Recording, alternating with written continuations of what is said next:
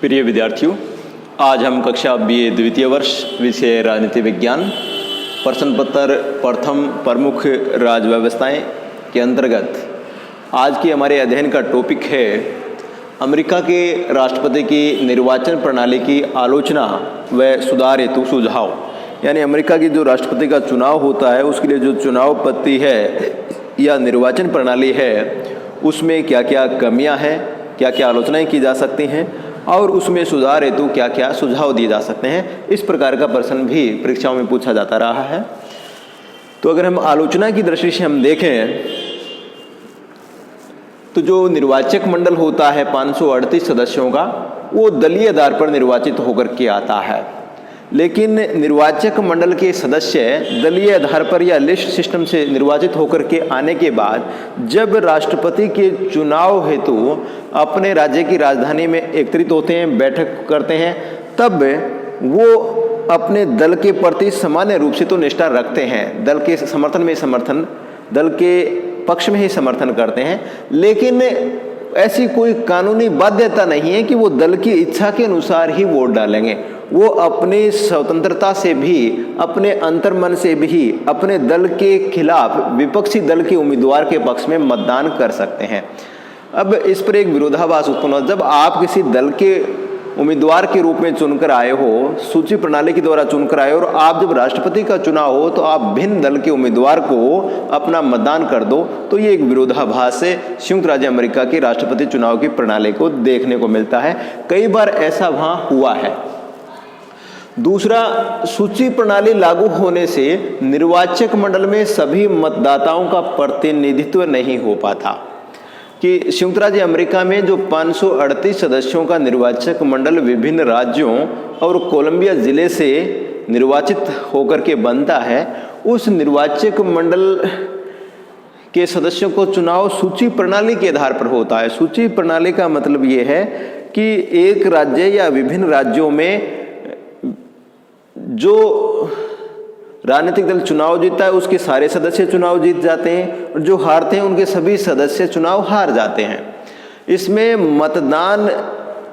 मतदाताओं का जो मतदान प्रतिशत है उसकी कोई भूमिका नहीं रहती। ये हम यूँ कह सकते हैं कि एक राज्य में एक राजनीतिक दल के पक्ष में 51% वोट पड़े और दूसरे राजनीतिक दलों के पक्ष में 40% और 9% मतदान हुआ, तो वहाँ जो 40% और 9% मतदान है, उस मतदान प्रतिशत के अनुपात में उन दलों के प्रतिनिधि निर्वाचित होकर के वहाँ नहीं पहुँच पाते हैं, तो उन मतदाताओं का प्रतिनिधित्व नहीं हो पाता है। ऐसा देखने में आया है कि 1860 में अब्राहम लिंकन के समय, 1912 में वुडरो विल्सन के समय, सन 2000 में जॉर्ज बुश के समय, इन तीनों व्यक्तियों को ही राष्ट्रपति बने उनको साधारण जनता का बहुमत प्राप्त नहीं था, लेकिन निर्वाचक मंडल का बहुमत प्राप्त था।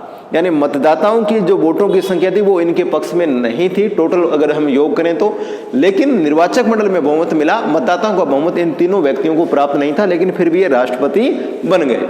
तो ऐसी खामी वहाँ दिखलाई देती है संयुक्त राज्य अमेरिका के राष्ट्रपति चुनाव प्रणाली में। तीसरी, जो अमेरिका की निर्वाचन प्रणाली है उसका फायदा जनसंख्या की दृष्टि से बड़े राज्यों को मिलता है। वहाँ प्रतिनिधित्व ज़्यादा है, ज़्यादा उम्मीदवार या लिस्ट या सूची प्रणाली से निर्वाचित होकर के आते हैं, लेकिन छोटे राज्य और ग्रामीण क्षेत्रों की भूमिका राष्ट्रपति चुनाव में बहुत कम हो जाती है, बहुत सीमित हो जाती है, और बड़े बड़े राज्य उनका वर्चस्व बना रहता है। चौथा, निर्वाचक मंडल में किसी भी उम्मीदवार को बहुमत नहीं मिलने पर प्रतिनिधि सभा द्वारा राष्ट्रपति का निर्वाचन या चुनाव किया जाता है, जो जन साधारण के बहुमत से अलग भी हो सकता है। अब निर्वाचक मंडल का चुनाव हो गया। निर्वाचक मंडल अपने अपने राज्यों की राजधानी में राष्ट्रपति चुनाव के लिए एकत्रित होते हैं, बैठकें करते हैं। उन राष्ट्रपति चुनाव के लिए जो बैठकें होती हैं, एकत्रित होते हैं, वहाँ अगर वो निर्वाचक मंडल के मतदाता या निर्वाचक मंडल के सदस्य जब मतदान करते हैं किसी राष्ट्रपति पद के उम्मीदवार के पक्ष या विपक्ष में, तब वहाँ साधारण बहुमत निर्वाचक मंडल में किसी भी उम्मीदवार को नहीं मिलता है।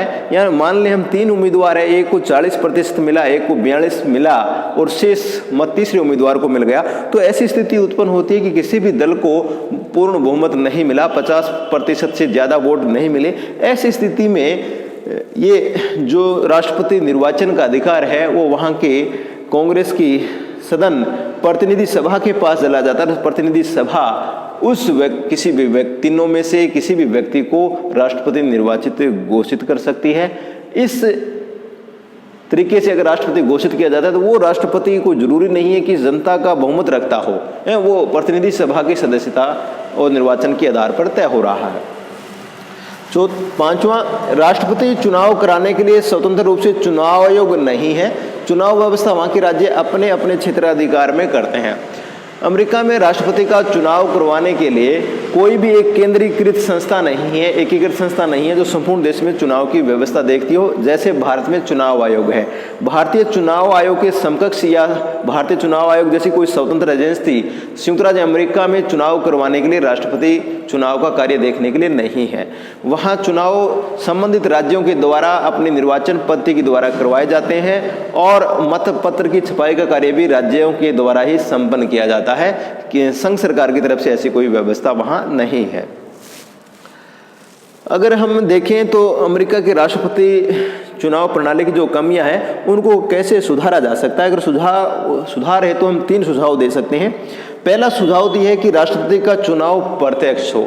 हमने देखा है कि सिद्धांत में तो अमेरिका के राष्ट्रपति का चुनाव अप्रत्यक्ष है। मतदाता निर्वाचक मंडल के सदस्यों को निर्वाचित करते हैं, वो निर्वाचक मंडल के सदस्य आगे चल करके राष्ट्रपति का चुनाव करते हैं। ये प्रक्रिया अप्रत्यक्ष हो गई।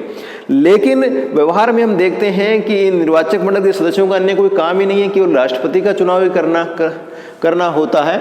तो उस स्थिति में हमें इस अप्रत्यक्ष प्रणाली के स्थान पर अमेरिका में अगर प्रत्यक्ष चुनाव प्रणाली अपना ली जाए तो साधारण जनता का बहुमत मिलना और जनता के बहुमत से निर्वाचित राष्ट्रपति का होना, दोनों ही रास्ते खुल सकते हैं।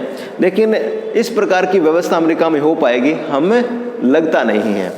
दूसरा सुझाव ये हो सकता है कि चुनाव में उम्मीदवार को प्राप्त मत प्रतिशत के अनुपात में प्रतिनिधित्व मिले। हमने देखा है कि अमेरिका में सूची प्रणाली लागू होती है। जब राजनीतिक दल के या तो सभी सदस्य निर्वाचित होंगे या फिर सभी सदस्य पराजित होंगे। ये नहीं है कि किसी राजनीतिक दल को 40% मत मिले तो 40% सदस्य उसके निर्वाचित हो जाएंगे, किसी को 60 मिला है तो 60% निर्वाचित हो जाएंगे। ऐसा वहाँ नहीं है, या तो पूरे सदस्य निर्वाचित होंगे या पराजित होंगे। तो इसमें प्रतिनिधित्व की व्यवस्था है वो जो मत प्रतिशत मिलता है उसके अनुपात में की जानी चाहिए। तीसरा सुझाव यह है कि निर्वाचक मंडल के सदस्यों का चुनाव प्रतिनिधि सभा या सीनेट की भांति हो। अमेरिका में निर्वाचक मंडल का चुनाव है वो अलग होता है, प्रतिनिधि सभा सीनेट के सदस्यों का अलग होता है। उन निर्वाचक मंडल के सदस्यों का चुनाव भी अमेरिका की प्रतिनिधि सभा और सीनेट की भांति ही किया जाना चाहिए, उसी प्रकार से संपन्न कराया जाना चाहिए। तो आज इस कक्षा में इतना ही। धन्यवाद।